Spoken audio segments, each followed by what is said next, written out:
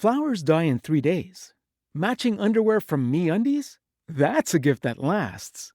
MeUndies creates matching prints for couples and friends, same adorable designs in different cuts for each of you.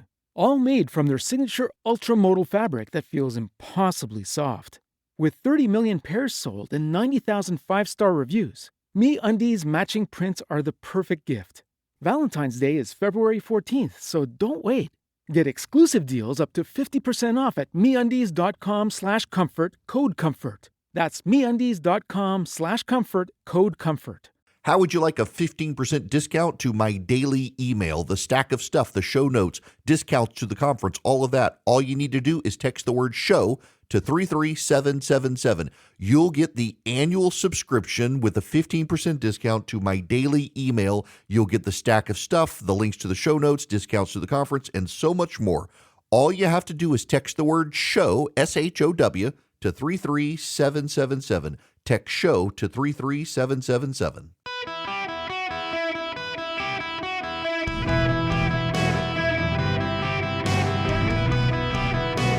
Welcome to the Eric Erickson Show podcast, Hour 1. Hello, America. Welcome. It is Eric Erickson here across the United States. The phone number is 877-973-7425. Should you wish to be on the program, if you text the word Eric, E-R-I-C-K, to 33777, you can get the live stream, the show notes, the podcast. You can get everything you need to stay in touch with the show. I told you it was your choice to watch or not watch the Super Bowl halftime show, and it was your choice to be offended or not offended. It was all your choice. Some of you chose poorly. We have to begin somewhere else, though. For a while, and I got to credit Christopher Rufo. Christopher Rufo really is the guy who put it on everybody's radar, critical theory and the rise of critical theory.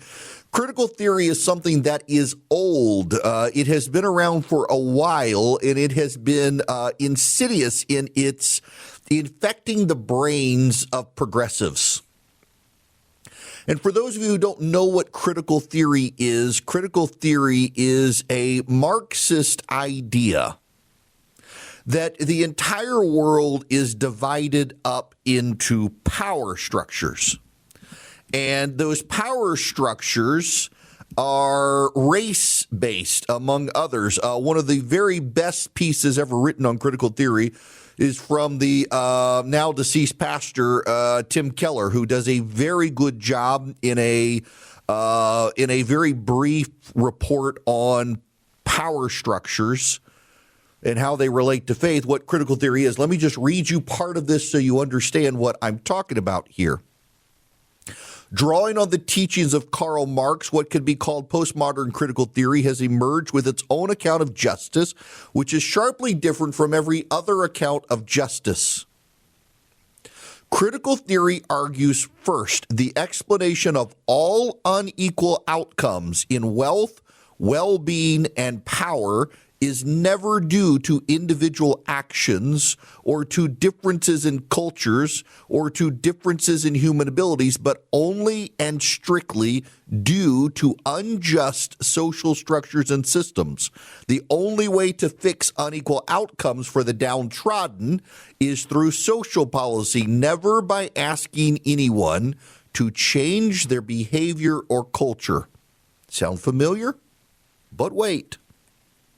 Second, all art, religion, philosophy, morality, law, media, politics, education, and forms of the family are determined not by reason or truth, but by social forces. Everything is determined by your class consciousness and social location.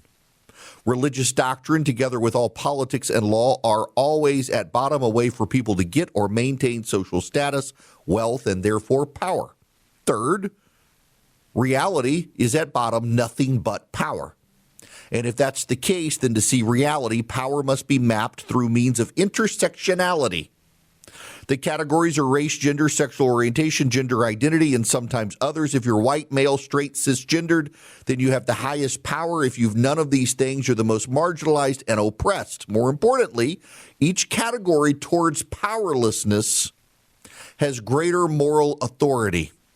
Only powerlessness and oppression bring moral high ground and knowledge. Fourth, the main way power is exercised is through language or dominant discourses.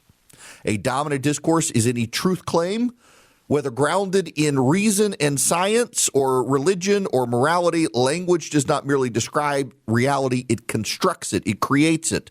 Power structures mask themselves behind language. Therefore, that's why you can't say the grass is green, because that's an objective statement, and there may be someone colorblind. And the colorblind person, because of disability, has more moral claim than you to establish that, no, the grass is not green, because they cannot see it. And this is very important. Cultures, like people, can be mapped through intersectionality. In one sense, no culture is better than others. All cultures are equally valid. But people who see their cultures as better are members of oppressive cultures. And then lastly, and this is the most important one, neither individual rights nor individual identity are primary. The emphasis on individual human rights is an obstacle to radical change. As an individual, you cannot carve out your identity in any way independent of others in your race or ethnicity. You got that? There are no individual rights in critical theory. In critical theory, you are part of your class. This is the most important thing for you to understand. If you understand nothing but this in critical theory, it is that under critical theory, which has been embraced by progressives, you are part of a class and ethnicity. And if you take on the characteristics that the left has decided don't belong to your class, then you are a race traitor trying to get out of your ethnicity or class, and you are part of the problem. So all cultures are equal. No culture is superior. Language creates power. If you wish to control someone, change the definitions of words. Everything is designed to keep you in a power structure, and all unequal outcomes are based on race and class and differences in human ability, not due to individual action. So no individual can be encouraged to change their behavior or culture because it is a class structure based on race, ethnicity, religion, sexual orientation that imposes a will. And the further you are away from dominance, the more moral claim you have. And so into this comes this bizarre thinking. I want to play you this clip of a teacher. I've mentioned this a couple times. Had to go find the video. This is from about 5 years ago. You're about to hear an exchange between a Hispanic police officer in Los Angeles. He has pulled over a public school teacher who is driving a Mercedes. Now, I've edited up this clip to shorten it some, but it still goes on for a little while. But you need to hear the whole exchange here that I've got. I deleted out, there are some bleeps in there, not because of language, but because she's giving personal information, so I cut all that stuff out. But this is a public school teacher in a Mercedes. She is non-white. She has embraced critical theory. She is being pulled over by a Hispanic police officer in Los Angeles for using her cell phone while driving. This is the exchange. You know why I'm being harassed today? Because I was going under the speed limit. I was going at 38. Yes, you are, ma'am. Good morning. And the speed limit is 40, and I was going 38, so why are you harassing me? You're correct. I pulled you over because you're a murderer. Because yes, I started to record because you're a murderer. You can't be on your cell phone while you're driving. I wasn't on my phone. I was recording you because you scared me. You can't use your cell phone while you're recording. I can record you. May I have your driver's license? It's at my apartment. I am enforcing the law. I have a right to record the police when they're harassing me. By all means, but you can't do it while you're driving. I wasn't texting or none of that. Do you have that picture? You scared me and made me think you were going to murder me. Okay, well, I'm sorry you feel that way. Well, that's not just a feeling. You're a murderer. Okay. You're a murdering freak. Pull that back up for me, ma'am. Okay, murderer. What's your last name? I can't see that there. Well, here you go, stop murderer. shaking.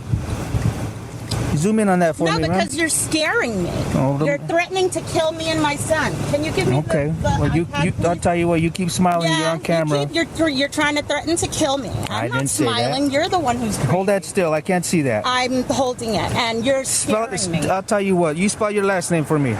It's right here. Okay, but you're moving. You're shaking. Well, because you're scaring me. You're harassing. Already threatened. Do you to have kill the us. insurance? You say yes, I do. Of Can you course, I get do. your current Yes, proof it's of insurance? Yeah, it's in. I told you. I'll be right back. You get your proof of insurance It's for me, okay? It's in my purse. Is this your car? Yes, it is. And you're trying to say I stole my own car because you're jealous? Yeah, Is that what I don't that's think about? so. You wait for me right here, okay? You're jealous? You wait for me right here. You get me your Okay, murderer. the current card of proof of Okay, your murderer, insurance. it's on file with the state. You know that Do when you have look it? You have to have it in your car though. I Insurance told and you I registration. Insurance and accidentally registration. left I'll be right my back. purse at home. I'll be right back. Citation. All you need is your signature. Pay attention to this part. Using your cell phone while you're driving. That's it. Here you go, ma'am. Sign inside the red box right For there. him being a Mexican racist. What is that name? Gas. It's on the citation, ma'am. Here you go, Mexican racist. You're always going to be a Mexican. You'll never be white. You know that, right? You'll never be white, which is what you really want to be. There you wanna go, be dear. white. Have a good day. You want to be white so bad. You hear that's a public school teacher in Los Angeles, or was driving a Mercedes, no less. You want to be white. You'll never be nothing but a Mexican. Why does she call him a murderer? Because he's a police officer. That's what critical theory does to your brain. And that woman who embraced critical theory is indoctrinating kids in public schools, or was in California. Maybe she's back. That's what critical theory does to people's brains. She doesn't see him as an individual. She sees him as a member of the police, therefore murderer, and he's Hispanic, therefore race traitor. He will never be white. He will never be white because he is Mexican. Here you go, ma'am. Sign inside the red box right For there. him being a Mexican racist. What is that name? Gas. It's on the citation, ma'am. Here you go, Mexican racist. You're always going to be a Mexican. You'll never be white. You'll never be white. You know, that's critical theory. That's how it plays out in the brains of these people, which leads me to Gene Wu. Gene Wu is born in communist China. He's now the leader of the House Democrats in Texas. Not an insignificant person. He is the leader of the Democrats in the Texas House. And over the weekend, Gene Wu had this conversation. And again, it's all critical theory. Listen to this. I always tell people the day the Latino, African American, Asian, and other communities realize that they share the same oppressor is the day we start winning. Because we are the majority in this country now. We have the ability to take over this country and to do what is needed for everyone and to make things fair. But the problem is our communities are divided. They're completely divided. You got that? If we all work together, us non-white people, we can take over the country because we're the majority and we can make things fair. Now, how do you make things fair under critical theory? Well, you do unto them as they did unto you. No golden rule here. It's the exact opposite. You oppress the white people. Some have interpreted this clip as calling for white genocide. Probably that's the logical extent of it. That's where it heads. You got to wipe out whitey. And that's critical theory. And this is why the Democrats can have conversations about abundance. And this is why the Democrats can have conversations about seizing the populist high ground. But as long as you have Democrats who are embracing this sort of bat crap crazy insanity of critical theory and intersectionality, he winds up sounding like that Los Angeles school teacher. You'll never be white, you Mexican murderer. Murderer because he's a police officer, and he shouldn't be because he's Mexican, and he wants to be white because he's a police officer. She believes that that young man, the police officer, cannot escape his class. He cannot escape his race. And she believes that only white people should be police officers, and he therefore is a race traitor. This is where Gene Wu heads with this stuff. They look at the white progressives in Minnesota calling black Border Patrol agents the N-word and Uncle Toms because they're working as federal Border Patrol agents. They are civil service employees. No respect to them because they're race traitors. This is the problem with critical theory, and we have stopped talking about it, and it is so poisonous, and so much of the problems we're dealing with on the left right now are because critical theory has rotted their brains. They can no longer see individuals as individuals. Everyone is part of a class, and Gene Wu, the leader of Democrats in Texas, is flummoxed because these races cannot cooperate together to get rid of Whitey. And he wants to get rid of Whitey, and the only way to do it is to unite. There's a problem here for progressives. They're so insane. The data shows the longer a Hispanic family lives in the United States, they begin to identify as white, and they begin to vote Republican.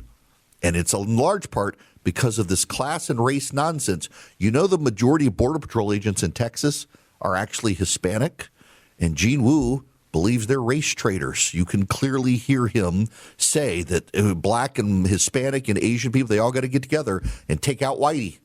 And they can't, because these Hispanic people, they keep identifying as Republicans and want to be individuals, not bound to a race. It's the fatal flaw in critical theory. But here you have the leader of the Texas Democrats saying, we need every race to get together and gang up on white people, and then we can have fairness. That's Marxism and critical theory at work among the Texas Democrats. This episode is brought to you by Glorify, the #1 Christian daily devotion app. Look, I have struggled forever, including this very year, doing a daily devotion, trying to focus on God's Word. That's why I teach Sunday school, because I know I've got to be in the Word every week studying. And the Glorify app is a great way for you to stay focused on your relationship with God. Just 5 minutes in the car, 10 minutes on a walk, a moment before the day gets out of control. Millions of people use Glorify, and I completely understand why. It's scripture and truth when you need it. And right now, you can get full access to Glorify for just $29.99 the entire year. That's Glorify's lowest price ever. When you download the Glorify app now at glorify-app.com/Eric, E-R-I-C-K. Feel closer to God this year with Glorify. Get full access all year for $29.99 at glorify-app.com/Eric. That's glorify-app.com/Eric. Welcome. It is Eric Erickson here across the United States. The phone number 877-973-7425 should you wish to be on the program.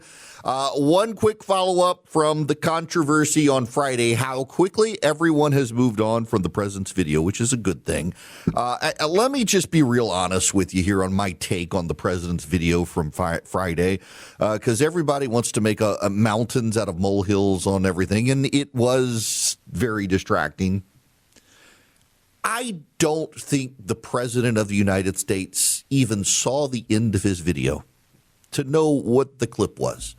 I think he or one of his staffers posted it because he told him to. He saw it was a clip about the stolen election in 2020 and proved his points, and he said, post it. Never bothered to get to the end of the video. I think that's far more likely than the president got to the end, saw the Obamas as gorillas, and said, post it, and didn't trim it. And by the way, it wasn't a reel. As some people speculated, it was a screenshot of a reel that flipped to another reel, and the president posted the video screenshot. They could have edited it out. And again, I don't think they edited it out because they didn't see it. And now everyone has moved on to something else. Whether it linger in people's minds, I don't know. I'm old enough to remember when they said the Puerto Rico comments at the end of the campaign would cost the president places, and it didn't. So I'm not necessarily sure that this will. But again, it was just a matter of lack of competence. And as long as everyone defends the lack of competence, there's no incentive to get competent. But no, I don't think the president saw the ending when it was posted. And it has more to do with competence than racism. Now, I got to tell you about Vision Computer, because if you're buying a computer, they can build you a computer. They can build you a bleeding edge machine that's upgradable over time, so you don't have to keep getting new machines. They can upgrade your existing computer as well. In fact, they can take your existing setup, as long as everything's Windows compliant, roll it into a new setup, and you never skip a beat. All your macros, all your shortcuts, everything stay the same. And it's just a brand new machine, and you get their tech support. When you buy a computer from Vision Computers, you get their incredible tech support where you can call a special number and in 15 seconds or less, you get somebody on the phone to help you if you have a problem. Call them at 404-COMPUTE. If you're in Hawaii, Alaska, Maine, Oregon, Washington, Miami, Atlanta, Houston, it doesn't matter. They work with everybody in all 50 states. 404-COMPUTE or visioncomputers.com. If you're a company and you need to save on in-house IT, they can be your in-house IT specialist. 404-COMPUTE, visioncomputers.com. Give them a call today.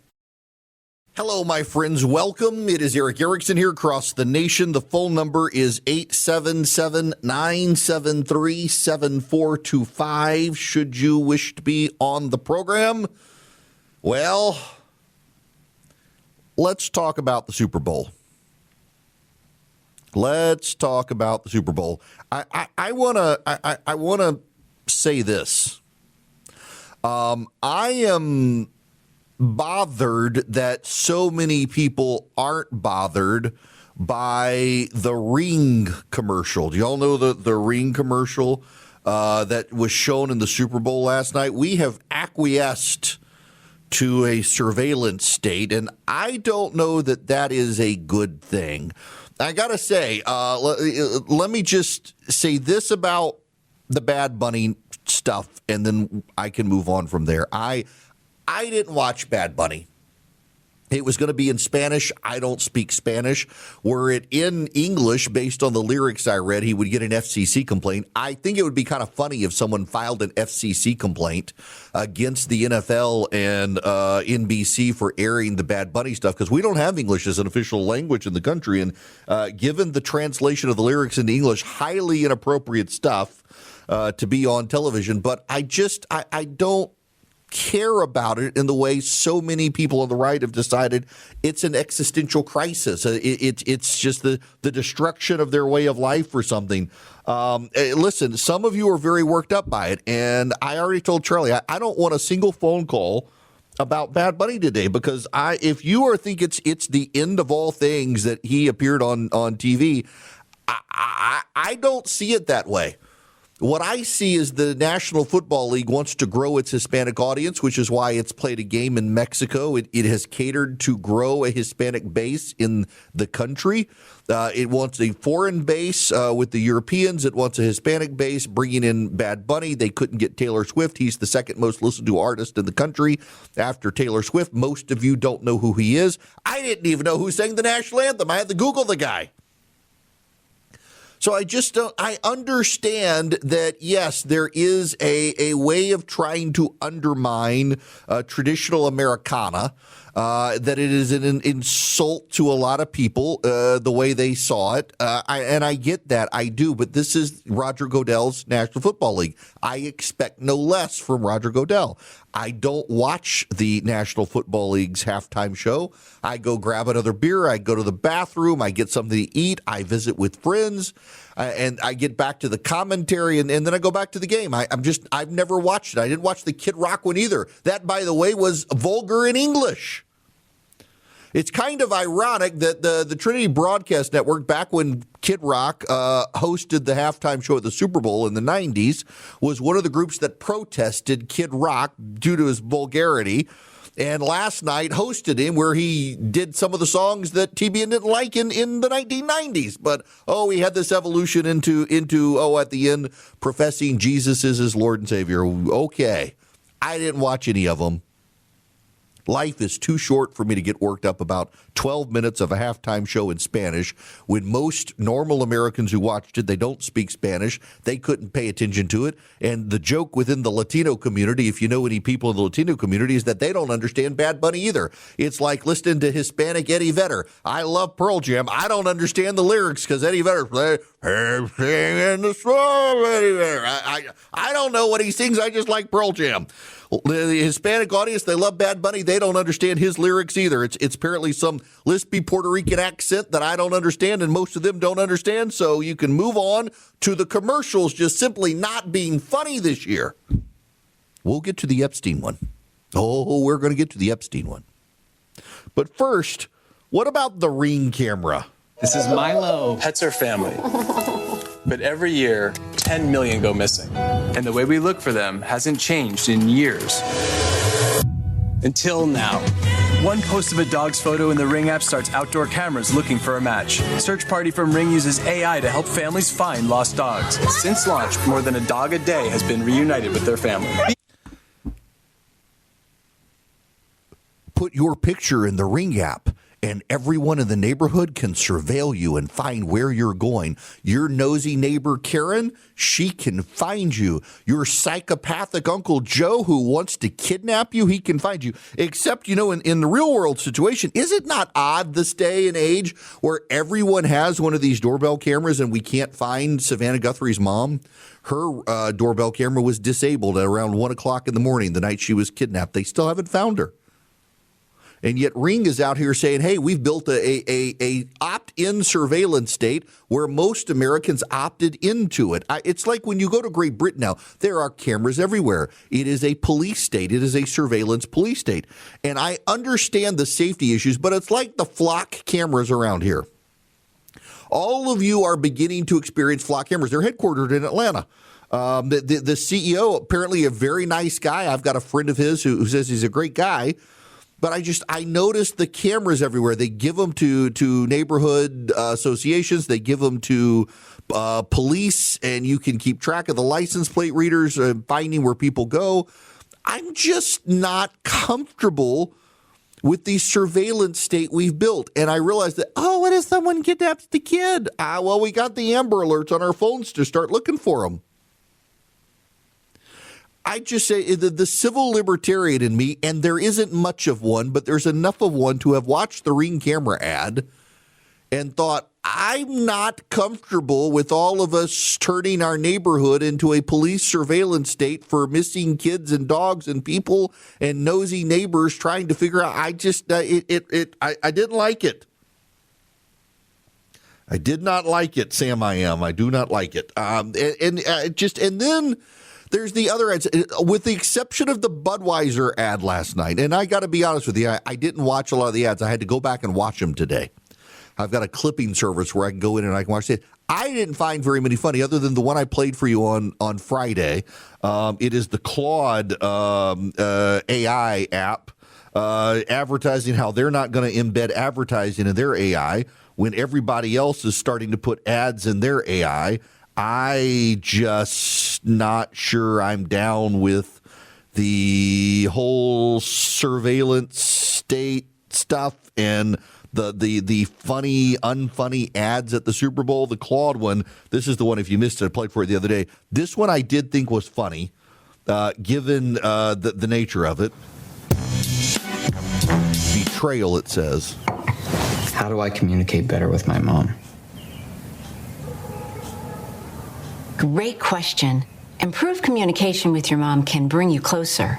Here are some techniques you can try. Start by listening. Really hear what she's trying to say underneath her words. Build conversation from points of agreement. Find a connection through shared activity, perhaps a nature walk. Or if the relationship can't be fixed, find emotional connection with other older women on Golden Encounters, the mature dating site that connects sensitive cubs with roaring cougars. What? Would you like me to create your profile? Ads are coming to AI, but not Claude. Claude, by the way, is the AI engine I've started using most frequently. It's actually really good for the things that it does. But I didn't find very many of the ads funny. Budweiser was a good one, but the ads just weren't great. Now, I will say this. For the last number of years, we've gone through this weird moment in American society when it comes to people and weight. For the last probably 5 years since COVID, there has been an effort to normalize fat people. Now, I say this as a fat guy losing weight. But Nike put in the morbidly obese, the exercise fitness influencers. There's been this whole TikTok genre in the last few years of body positivity, they call it, against fat shaming, I think it was Sports Illustrated, one of the sports magazines decided to feature heavier set women in swimsuits. Nike had them in ads. Other sport companies decided that this was perfectly normal. And you and I could look at this and say, this is unhealthy. There is an entire segment of the online influencer population of morbidly obese women who are upset when they have to pay extra for a second seat on a plane because of the spillover effect. And they think that you are shaming them and that there's nothing wrong with it. We have seen this regularly in advertisements, on television. We've seen this in magazines. We have seen this in podcasts. We see it on social media that they think fat is normal. It's the way they're built. They're big boned. It's not that they're unhealthy. Look at the yoga I can do. Look at this, that, and the other. And they want to be treated as if there is nothing wrong, despite all the historic data that there is something deeply unhealthy about it. And we should not be normalizing fatness. And again, I say this as someone overweight who is working on losing weight. I just put my squat rack together in my office. I count my protein now. I even did the weight loss shots for a little while. I get it, and I'm saying this as someone who knows I need to lose weight. It is not a healthy thing for our society to normalize morbidly obese people thinking they're normal and that they shouldn't have to pay for a second seat on Southwest when they're clearly half of their body is in someone else's lap. How dare you shame that person? It's just mentally unwell people who are using their mental unwellness to bully others. And then this year, the Super Bowl got flooded with weight loss ads. You know what the weight loss companies are doing?